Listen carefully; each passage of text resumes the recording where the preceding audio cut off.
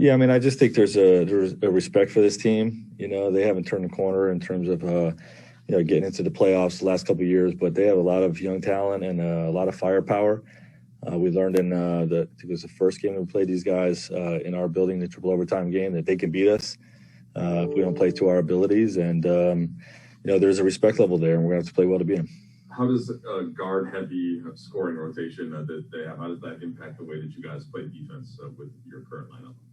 Yeah, I mean, they got a lot of guys you have to try to slow down. And, if you're committing your bigs too much, to guys like Fox, Halliburton, Heald, you get into, more rotations that I'm comfortable with. But, sometimes those guys require that level of attention. So, like I said, they have a lot of firepower. They can hurt you in a lot of different ways. And, we just try to have to pick our spots with how much we want to be in rotations. And last thing, do you have an update on Melo just yet? Yeah, he's going to be a game time decision. He's got a lower back soreness, and he's going to try to loosen up and see how it feels. Yeah.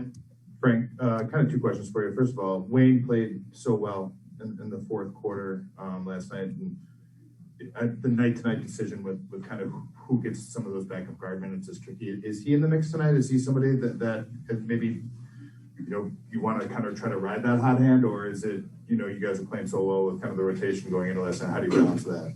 Yeah, we'll see. Obviously, if Melo's in or out, could impact that.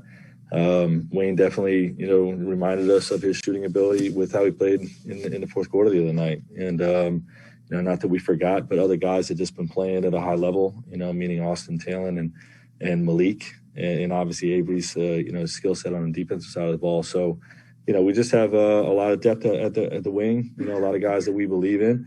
Wayne is one of those, and, he'll get a shot to come back into rotation at some point, if not tonight.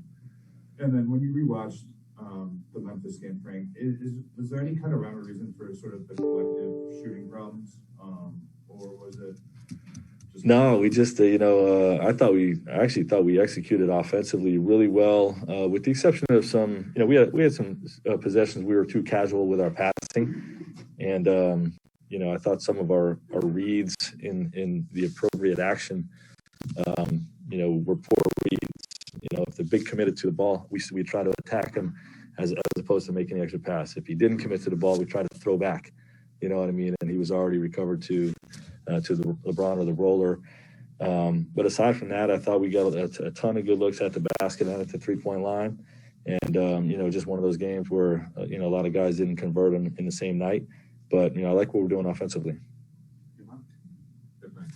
Two questions. One, is there an update on Kendrick at all? And two, if Melo is out, is this a situation where maybe you go bigger, or do you stay smaller and maybe someone like Austin plays more? Yeah, we'll see. I don't want to tip my hand about what our rotation would look like if Melo's out.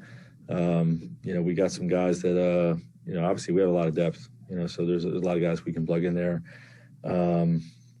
And what was the first question? Kendrick.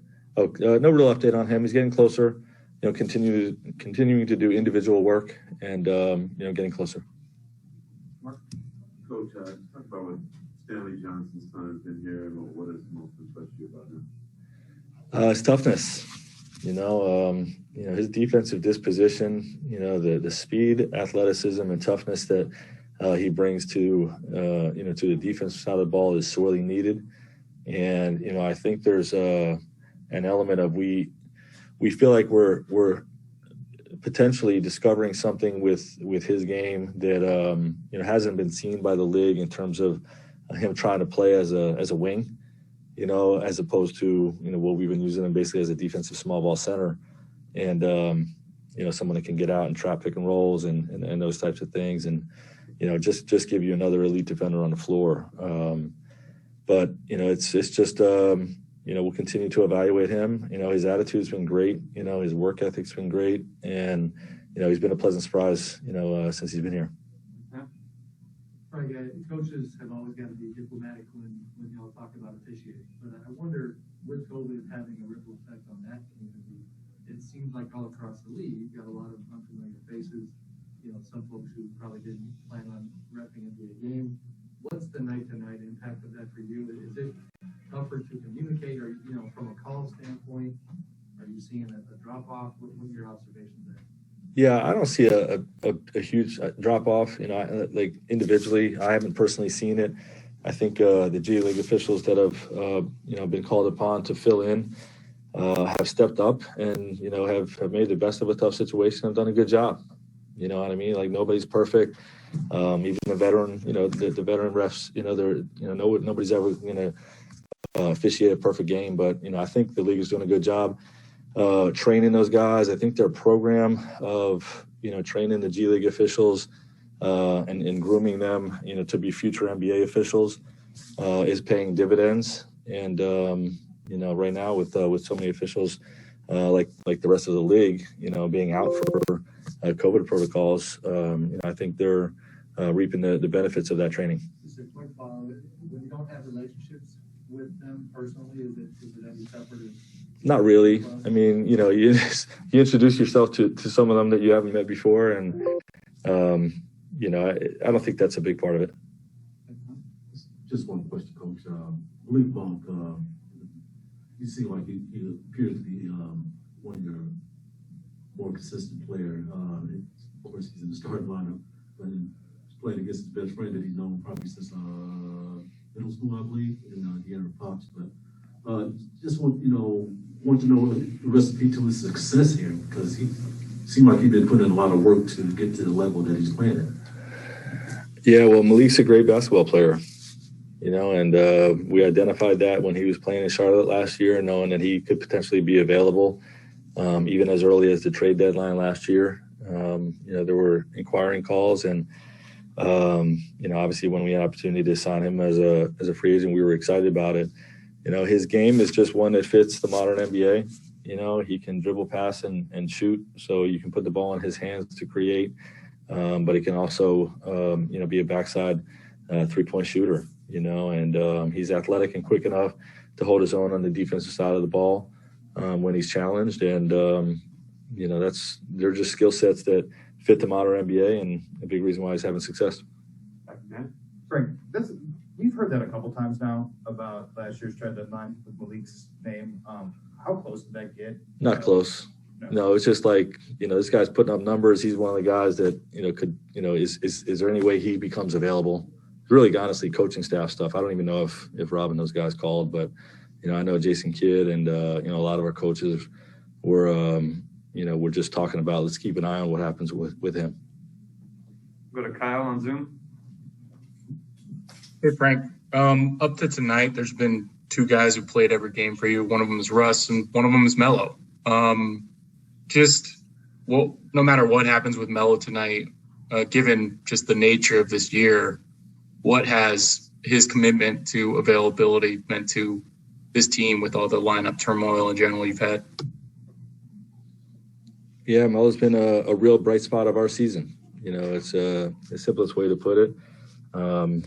Wanting to be in there. Like, I love the old school approach of some of our guys, Russ, Bron, Melo.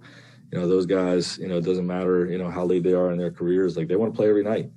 And, it's a league where there's a lot of load management and whatnot. And, those guys are really not interested in that. There's games we played. They want to compete. They want to be there for their teammates, and they want to win, and I commend, all three of those guys.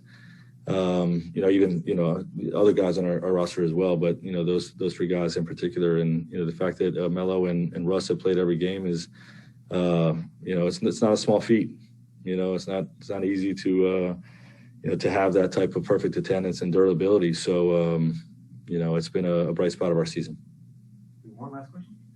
In the game in LA, you guys obviously starting smaller with LeBron at the 5, if you can call it small, but later in the game, you brought in your bigs, you brought in Dwight, you brought in, and it impacted the game.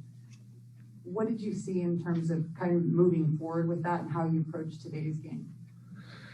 Yeah, well, obviously Dwight did have a factor, was a big factor in that victory. And, we measure all those things going into that night's game, and like I said, I don't want to really tip my hand about the rotation I'm going to use tonight.